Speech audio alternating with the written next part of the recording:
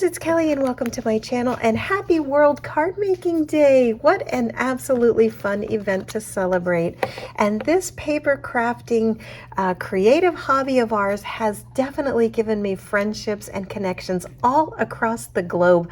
I have friends as far away as Poland and Germany and England, Australia, not to mention across the United States. We are all scattered, and I just love that this something that we all love, like card making, has brought us all together as one. So I really cherish these friendships and enjoy the creative times that we have on Zoom, and having met in real life and having gone to different cropping events. It's just been a lot of fun. So I wanted to share with you a card that I'm going to be making today, and I'm going to go ahead and break out my Avery L trick-or-treating one. This one is called Boo to You, and I keep telling myself I'm going to make a shaker card with this, so today is the day. I'm going to stamp these, and since I didn't get the matching die with this, I'm not sure if it even came with one, I'm going to try and use my scan and cut to cut these out and have these ready to cut, color, and assemble for today's card making. I am back, and I used my brother's scan and cut to cut out these shapes, which are super cute. I love this little Halloween witchy kitty and the little pirate puppy. And unfortunately, it did not cut out the middle section, which is the most important part, because this was designed to be the idea that I had in mind for the design was a shaker card. So I got out my infinity dies from Hero Arts. I love this set. You do get 18 in here. I'm not sure where the magnetic sheet is that normally would be in here, because these are a hot mess right now. They're normally nice and neat and organized, but I love this set, and I used the one that is the closest size to here. And what I'm going to do is just use this die to cut out the shaker itself by just, you know, making the circle, and it will trim a little from the bottom and a little from the top, but I guess that is one of the risk that I'm going to have to take here, and I do have an idea of how to fill that back in. One thing I did want to share is if this does happen, you can always just color this in and have this as like maybe a yellow. That would be really pretty, and then just have the characters sit in the front. And I am hoping that this will work so that I can use this as a shaker card element, and I do need this to be open, and I'm going to be adding some acetate here. So be right back. I'm going to run this through the Big Shot. Now for the moment of truth. I used the Big Shot and just ran this through the machine. I think the washi tape might have stuck a little bit, but hopefully I can fix this. Oh no, I see it did rip a little bit. That's what I get for not using the right tape, and I only die cut one of these. It's okay, I'm just going to kind of roll with it and see if I can fix that. But there you go, it did cut it out pretty close. So I do have a little image here and a little smudge there, but that's okay. What my hope is that I'll be able to just cover them up and do something creative like this. Friends, the next thing I'm going to do is color. I'm going to color these images and try and see if I can fix this little part here and get these cuties colored, and I'm going to speed that part up, and then you will see the finished coloring.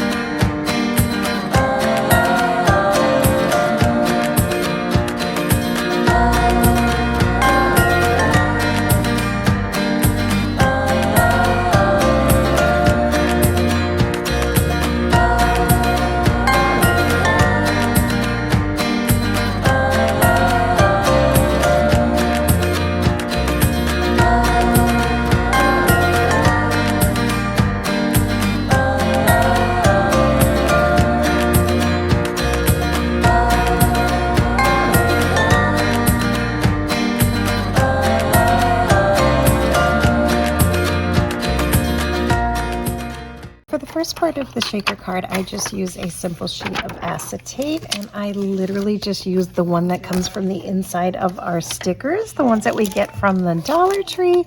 Once you are done with using the stickers, which is like this part, just a simple little acetate, I just keep those, and I have a bunch of them, and then I glue it to the back here. And then I'm going to fill it with some of the Paper Rose Shaker Mix elements that I did from a haul. These are really good for shaker cards. And the glue that I'm using is just a small little bit of Barely Arts glue. And this stuff is really good. It dries fast, it dries clear, it definitely bonds, and I love the nozzle. It's perfect for this. I did forget to measure this before I started. So let's hope that it worked. Oh. Okay. Try and get that off before it dries. That's my little grand. She's here visiting, so if you hear her, she's watching the Disney videos from the trip. Okay, set that down. And then I'm going to just set something on top of it and let it dry. Like that. I love this part where you add in all the little shaker elements, and to get the foam to go around, I use many different types of foam, and I don't have that big wheel that I used to get from Amazon. So right now I am using the Crafter Square Pop Dot tape, and it works great. This stuff is awesome. It costs just $1, and I'm telling you, I swear by it. In order to work around like a circular shape, I tend to use the skinniest possible one, and then I usually take off the reinforced tape. And the reason that I do this is it's much more flexible and easier to manipulate around something like a circle. If it was a square, I would just, put it on there and rip off the tape right before. But whenever I'm going around a circle or an oval, I find that this tends to work much, much better. And one of the things that I usually do also is I set this down directly onto the cardstock like this. But just in case, I did cut out a couple of circles with the same die cut, and then I just glued them together with the Barely Arts. Oop, should be up. And that way, just in case I want to do a back to this first, I'll already have that ready. See how that didn't bend quite as well? If you just take off one of the layers, ta-da! It is super flexible. I think this is one of the best tips that I learned when making shaker cards, is just use the smallest possible little bits of foam that you can work with, and it's been great for me. I love this little trick. And like that. And what I think I'm also going to do is double this up. And the reason I do that is to make sure things really shake and groove in there when I add the little shaker elements. And I'm just going to repeat the process, add one right on the top of the one that's already there, and keep this moving along. Also turn it over every now and then when you do this to make sure it doesn't peak on the sides. I've done this before and I didn't realize it's moved too far inward, and I had the whole shaker card done and you can see all the foam inside. That looks like a pretty good amount, and I love how this is turning out. What I'm going to do with all these little candy ones is I have an upcoming holiday Christmas one, and I think these little candies will be perfect for that. So I separated all of those. Well, look how adorable is this? It's a little miniature starburst. I thought that was so cute. So I'm going to put all of those for future use. Now you might remember this was in the middle. This is where I'm measuring the A2 size. So since this has to go in the middle and I can't flip it upside down, I'm going to do this in reverse. I'm going to set this in the center, and if all goes well, I gotta leave room for the sentiment. If all goes well, when I flip this upside down and center it, it will be exactly center to the pumpkin. Now you only get one shot, because once this is down, it's staying down. So, oh, it always makes me a little nervous. So it's gonna go somewhere like that. and I gently press it and then flip it over, and we have a shaker. Super easy and so cute. I love this, love this, love this, love this. So I'm going to finish decorating. One of the things that I do with the sentiment is, let me get all these little candies first and put these back in the shaker. I love to add a sentiment and pop that up as well. And I did use a sentiment from a swerved or curvy. I guess it'd be easier to show you. It is from a sentiment designed to be bent. And since this set that I'm using is not from that same company, I'm going to try and bend that on my own as well to get it to curve here. If not, I'm just going to stamp it out a second time and make it go straight across. This is adorable. It says, "You're wicked cute." And let's see if you can see a little better here. And the other one says, "You're a treat." Now, this is a new saying for me. I've been hearing it a lot from my friends that live up north, typically in the New England area. So I'm not sure if that's just a saying from that area, but this is the first time I've been hearing it in the last year. And I love the play on words. To me, it sounds adorable. But since where this is heading, I wasn't sure if it would fit. I wanted to make sure that it would be okay, and the reason for that is I've sent Halloween cards before to some friends, not realizing that they didn't celebrate Halloween. So I have to be really careful with what, sentiments I'm using. So I'm going to go ahead and use the one that says, "You're a treat." But I do think "You're wicked cute" is one of the sweetest sentiments. So the sentiment worked out fine, and what I'm doing is just popping it up on foam, and this one I did not need to cut. I just cut about 2.5 inches worth of foam, put it on the back, and this one is good to go. So this is going to be attached kind of like somewhere around here, and you'll notice it's a little bit lower down than this because this was double foam, and then for this one I'm just going to use single foam. And I think it just has what this little curved banner just gives it a little more of that whole, spooky element of things not being super straight and super, organically perfect. It has that kind of a wavy, woo kind of, at least that's what my head is seeing. And I love that. I think that's just a cute little addition. And shake, shake, shake. The next thing that I do is I add a little bit of the glue. This might have already started to close up a little bit, and a little goes a long way. This is definitely going to stay. Once it's dry, it's not coming back off, and I really want it to be reinforced. So I'm going to give this again, just put it right in the middle here. And actually, I'm just kind of eyeball it up above. You can always go back and trim the sides. So what I focus on is the very top.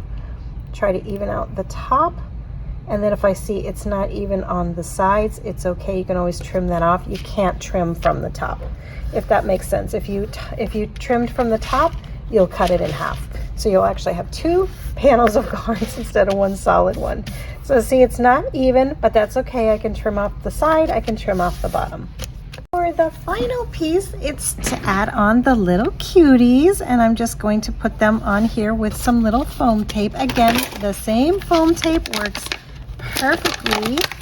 And I'm going to get out a little bigger piece here so I don't have to cut up a bunch of smaller ones. And I debated on whether I was going to pop these up or just glue them down. Hi, sweetheart. Speaking of kitty cats. Hi, Mama. Hi, how are you, Mama? Oh, I know. He wants to go outside. Okay, baby.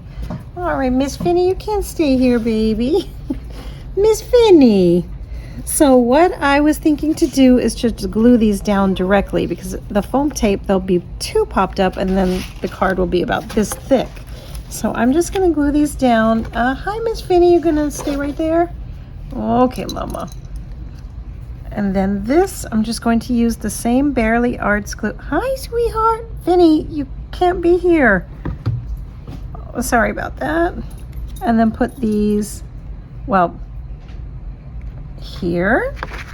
So that'll be the little dog and the cat next to each other. Vinny, Mama, you can't be here. I think this has just turned into a collaboration. Let me see if I can get her down. Come here, Mama. Hi, baby. This is what I love about winging it and making cards on the fly, especially on World Card Making Day, is I decided they did need to be popped up. After all, I didn't like the way they were just glued down like that, and I wanted them to have a little more of a 3D element. So that's the good thing about working with acetate. You just pop it right back off.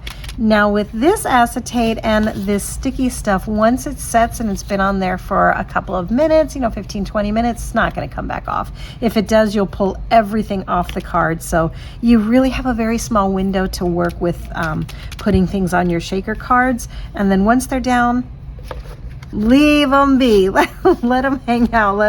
Let them enjoy where they are and just roll with it. And that is my shaker card. Very easy, but super fun. It was a lot of, it was very fun to create. It was very festive. And I love how this turned out, and I think it's just going to be a super fun card to send in friend mail, and definitely you are a treat. All of you, my subscribers, my friends, my family that watch, you are all definitely a treat. And I hope this new harvest upon us, the holiday harvest, autumn, fall season with Thanksgiving and trick-or-treating and the festivals and all things fall are treating you well. And I am certainly blessed and thankful for all of you guys. And it's a real treat to have you guys here with me as part of my crafty YouTube channel. And that is my card. That's my simple shaker card for Card Making Day. I hope you guys liked it. I hope you enjoyed following along with me. And this was a lot of fun to create. I will see you guys on my next video. Please give this a thumbs up if you liked this video and my content. Please consider subscribing to my channel. And I will see you very soon on my next video. Bye, friends.